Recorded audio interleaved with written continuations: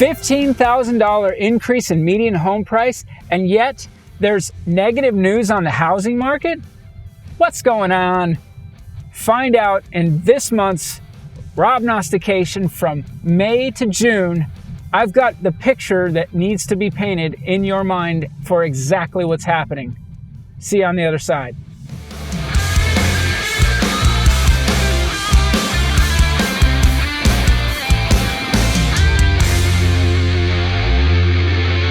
Hey, what's up everybody? Rob Hau, ROCKSTAR Realtor. That makes you the rock star and me the realtor. Are you ready to rock? I've got a lot to tell you today. I just want to ask for one thing before I tell you these things.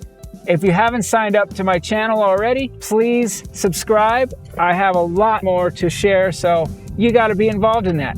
That's the way this works. All right, so folks, the median home price went up by $15,000 to $475,000. Median single family home price, I always want to make sure and say that, in Las Vegas, Nevada. That's a $15,000 increase. Last Robnostication, I said it would go up between $5,000 and $10,000.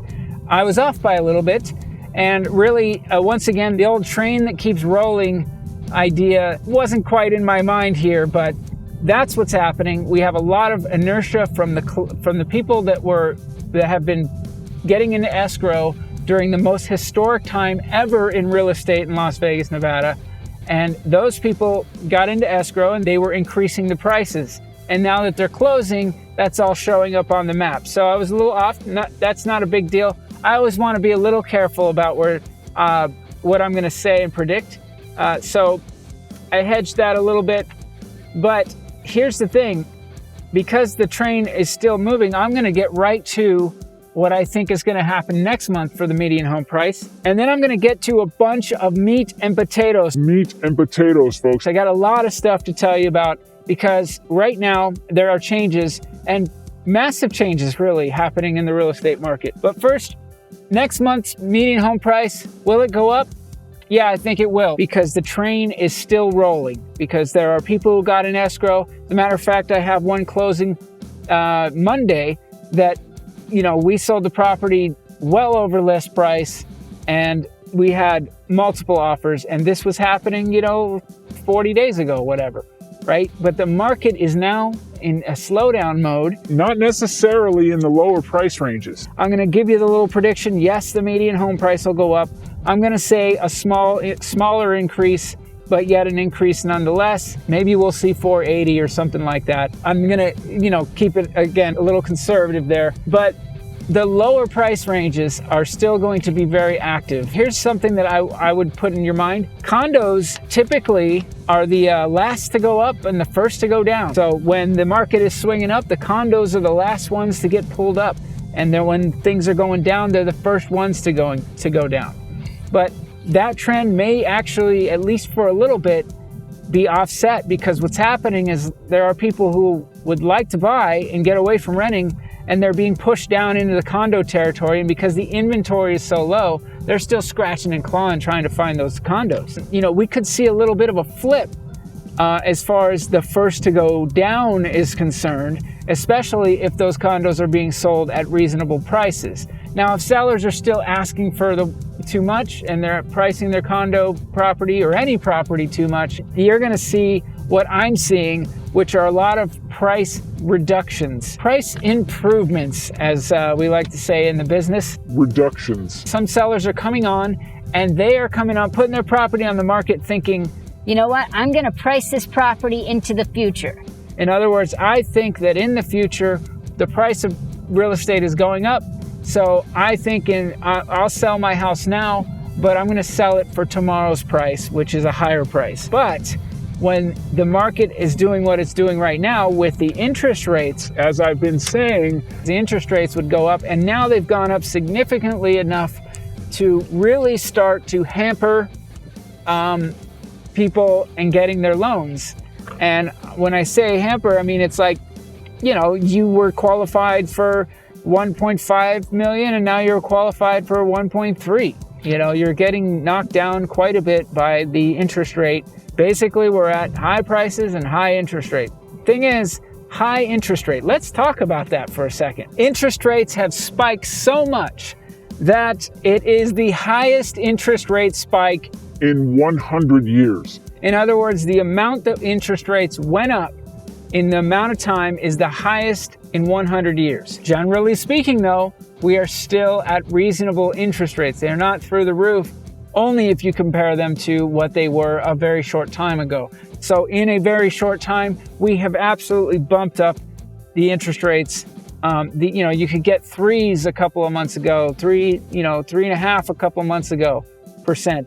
Now you're looking at 5.5, cruising up to 6%. That is a big increase in a very short time.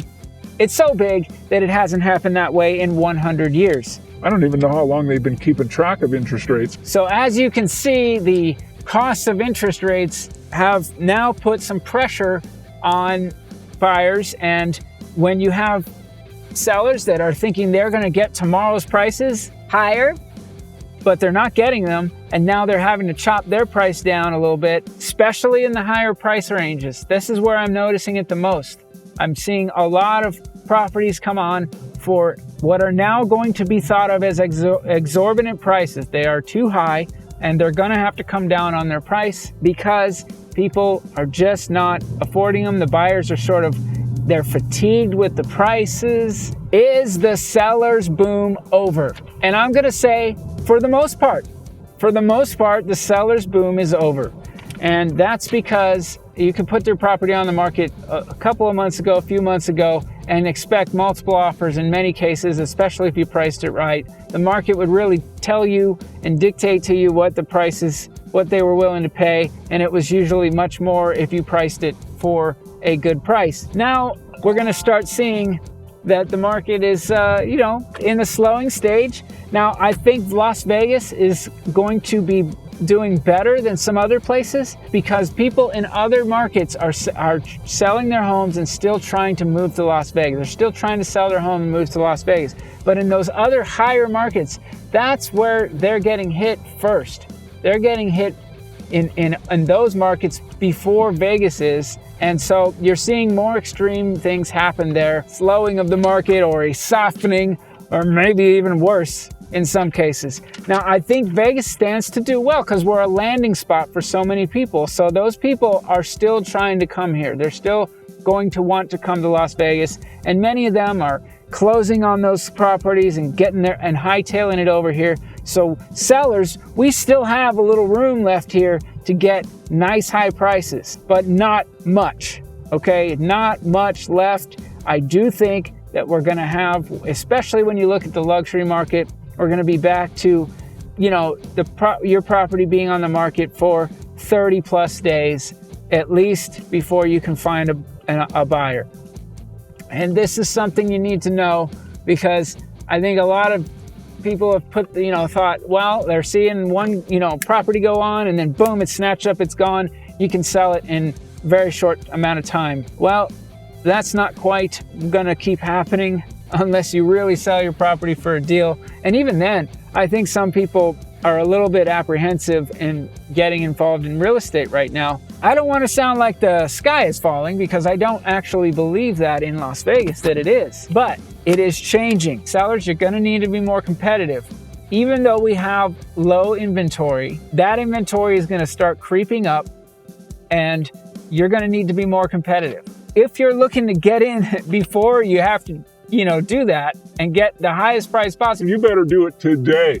You better do it today. Anything under 500,000 could be the exemption from what I'm saying. Anything over 500, especially you get over 800,000, that's where you're really starting to see, some changes happen first. Going back to the condos, those condos are going to still be pretty active because of the price range they're in, but the higher price ranges are going to be the ones to slow down and have to chop list prices.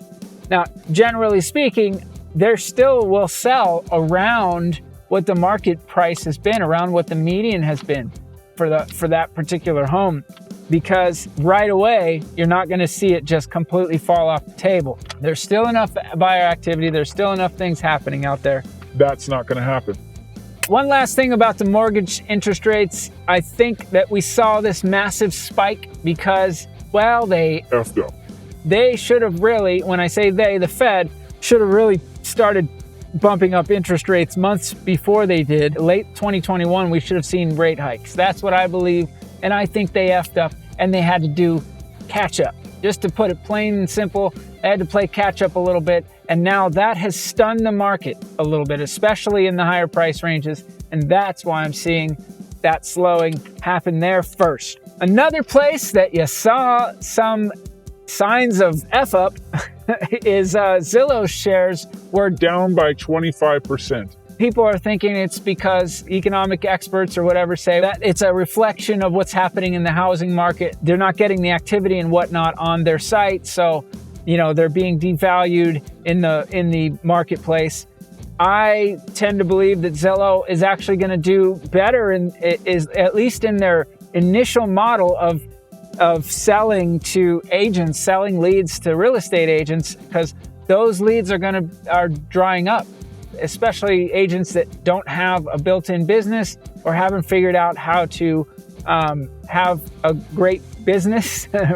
They're going to have a problem and they're going to want to find an easy way. Well, pay Zillow to bring you your buyers and bring you your clients. I think that's going to happen more. Ultimately, Zillow's going to be fine, but what they're really keying in on is the evaluation of what Zillow did when they bought up so much real estate and they had to get out of that iBuyer game that they were in, internet buyer, where they were buying real estate and then either flipping it or holding it, and they still had some of that left. And I think that's really the bigger problem that they have. They effed up. Zillow's not going anywhere, folks. It's just coming back down to earth. That's the way I look at it. I mean, look, the housing market's not going anywhere, but it could be coming back down to earth.